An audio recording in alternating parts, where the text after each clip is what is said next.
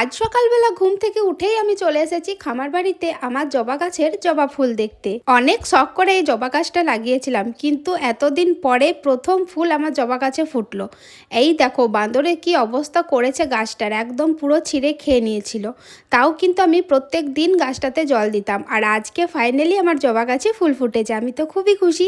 তো যাই হোক, তারপর তো সমস্ত কাজবাজ করে দেখো আমি রেডি হয়ে নিয়েছি। আমরা যাব হচ্ছে এই যে ডাক্তারখানায়। আজকে হচ্ছে আমার বরের চেক আপের ডেট আছে। আমার বর তো এখন গাড়ি চালাতে পারবে না, ওই জন্য আমরা একটা দাদাকে রেখেছিলাম গাড়িটা নিয়ে যাওয়ার জন্য।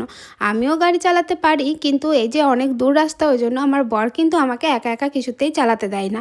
তো যাই হোক, আমরা তো হসপিটালে পৌঁছে গেছি, আর হসপিটালে এসে যা দেখলাম, দেখে তো আমাদের পুরো মাথা ঘুরে গেল। দেখো কত ভিড়, আজকে ডাক্তারখানায় প্রচণ্ড ভিড় ছিল। আর সেই দিন যতগুলো ওটি করেছিল সবাই দেখছি এসেছে ডাক্তারবাবুকে চেক আপের জন্য। আজকে হয়তো সবাইকেই ডেট দিয়েছিল।